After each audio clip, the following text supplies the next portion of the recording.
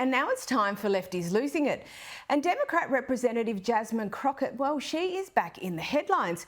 You might remember when she ridiculed Texas Governor Greg Abbott for being in a wheelchair, calling him the Governor Hot Wheels. We in these hot-ass Texas streets, honey. Y'all know we got Governor Hot Wheels down there. Come on now. And the only thing hot about him is that he is a hot-ass mess, honey. Or perhaps the time she admitted that she was only hired because she was black. When I first became a public defender, I had no criminal defense experience. And I walked in and I told my boss, Charlie, I said, listen, you should hire me. He said, why? I said, because I'm black. Well, now she's come out swinging, calling for Republicans to question President Trump's mental acuity. It is time for Republicans to start calling him out and start questioning his mental acuity and whether or not he is equipped to serve mentally. Well, that's all very interesting, because where was she when people were questioning Joe Biden's mental acuity? People tried to talk about the mental acuity of Joe Biden, and as someone who was able to interact with him, I never questioned his mental acuity. And if that isn't enough Jasmine Crockett cringe for one day, enjoy this short clip that she shared on her social media. Yes, she actually thought this was something worth sharing. Jasmine Crockett, she rises with the dawn, fighting for justice, her light will never be gone. Now see here, none other than Hollywood action star Chuck Norris. Well, he explains why he left the Democrats and became a Republican. I used to be a Democrat, but unfortunately the Democrats went too far to the left, and the Republicans moved into their position that the Democrats were 40 years ago. See, and so what the Democrats believed 40 years ago, the Republicans believe today. And so I realized that I had to go to a Republican because the Democrats just got too far off the trail. And it's not at all hard to see what Chuck is talking about. Look at this new poll, which indicates that AOC best represents the Democratic Party values. Who is, in fact, the leader of the Democratic Party. And a recent poll showed Congresswoman Alexandria Ocasio-Cortez topping the list of Democrats who best represent the party's values. That should terrify every Democrat. Yes, that's the same AOC who, when she isn't pretending to be a fashion model, is telling people to ignore the rule of law. I believe that the Biden administration should ignore this ruling. I think that the courts have the legitimacy and they rely on the legitimacy of their rulings. Classy with a capital K. Joining me now is political commentator and author of The Children We Left Behind, Adam B. Coleman. Adam, an allegation was made some months back about the use of AutoPen during the Biden administration, and then obviously consequently questions over who was pulling the strings if the former president wasn't wet ink signing things himself. So what's the latest with this AutoPen situation? Yeah, the latest with the AutoPen situation is that the GOP is now starting to do investigations. They're making claims about staffers being the ones who are actually making decisions as to what is actually being signed, supposedly by the president. And coincidentally, you have some Democrats, some of whom are media personalities like Jake Tapper, who are coming out and saying that Joe Biden's cognitive ability was declining. The thing that we all could tell, if we were just being honest and paying attention. And that puts into question, was he aware of all the things that were happening in the White House? And if he wasn't, who was behind it? So it's less about the AutoPen, because even Trump has used AutoPen. But he's aware that it's being used. Yeah. He's given the authorization for it being used. But if Joe Biden is sleeping all day and someone else is turning on the AutoPen function and pardoning people, just because they're currying favors, that's a massive issue. Yeah, potentially a huge issue. Now, some big admissions from a Democrat insider.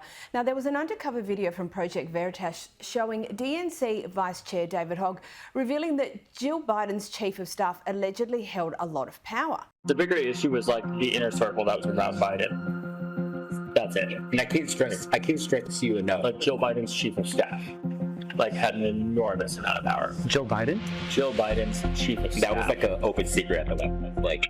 I would avoid him. He was scary. What was his name? Anthony. Now, this is something that, a number of people were speculating about for some times, and this revelation really puts moments like this into question. We're grateful that Jill is here today.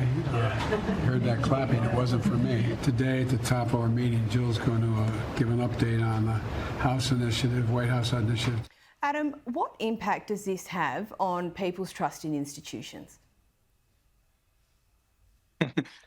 Well, this is having a massive impact. Even Democrats are questioning their entire party.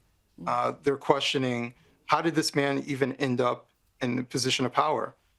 Speaking for myself personally, as a former Democrat, when I saw him running for office, I asked the question as to why.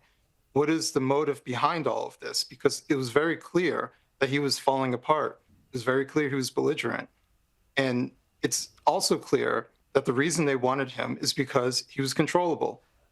They were able to push all types of agendas without any sort of fight from him, and he got to have the title as president. And Jill Biden got to be the first lady. And so everyone was wielding power around him, but no one was actually thinking about the American people and what was actually happening. So no, a lot of people are not having trust in institutions in the same way that they did a decade ago, at least.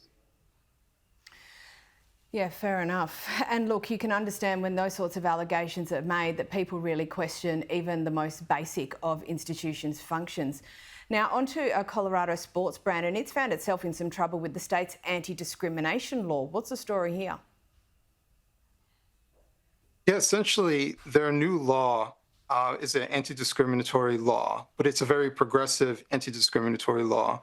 And essentially, it's trying to codify that if you use certain language in advertising, that it can be seen as discriminatory, and that every person in Colorado is supposed to have some sort of right to non-discriminatory advertising.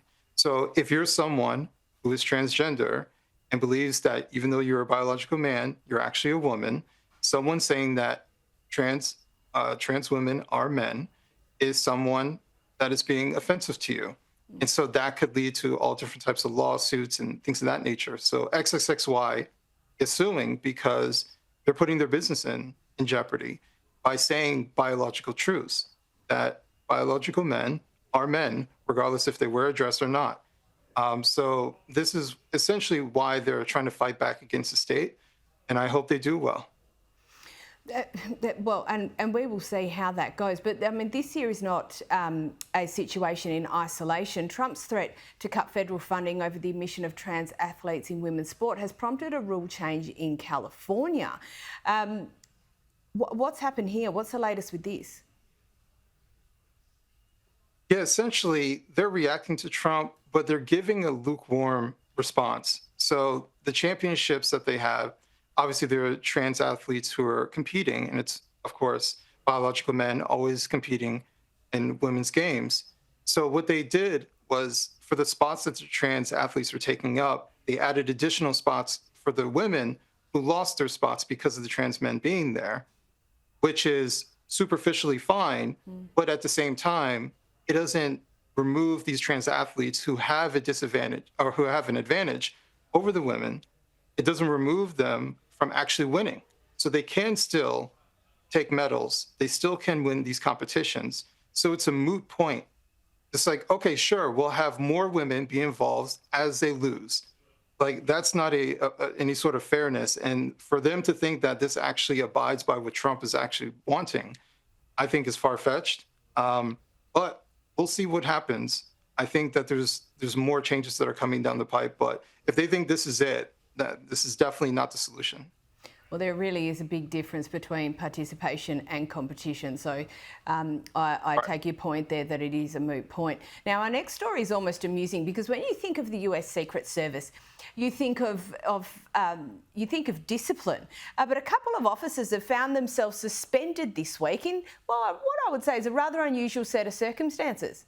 Yes, it's an unusual set of circumstances when it comes to two Secret Service members fighting each other and it being caught on camera outside of Obama's location. But it just goes to show you the level of disarray that is stemming from the federal government and especially coming from the Biden administration. And I would wager that some of these people, I don't know these particular agents if they were hired during the Biden administration, but there was a lot of chaos that was happening. We can also look at what happened with Donald Trump and the assassination attempt and the failures of the Secret Service that led for him to be even shot in the first place. So none of this shocks me, but the Secret Service has a little bit of tumultuous history. We've heard, situations of them getting prostitutes in foreign nations and things like that. So this doesn't strike me as completely abnormal. Maybe they're not as disciplined as we all give them credit for. Now, we've also learned that the FBI is revisiting a few things which may have potentially fallen off their to-do list, like the White House cocaine find. What's this all about, and should we be expecting any action here? Personally, I don't think there's going to be any sort of action. We're talking a small amount of cocaine, not that there should be any cocaine in the White House, but it was very clear that the Biden administration wasn't going to take this particular situation seriously. For all I know, it could have been a staffer who left some sort of cocaine in the White House. I don't know if this is that big of a deal.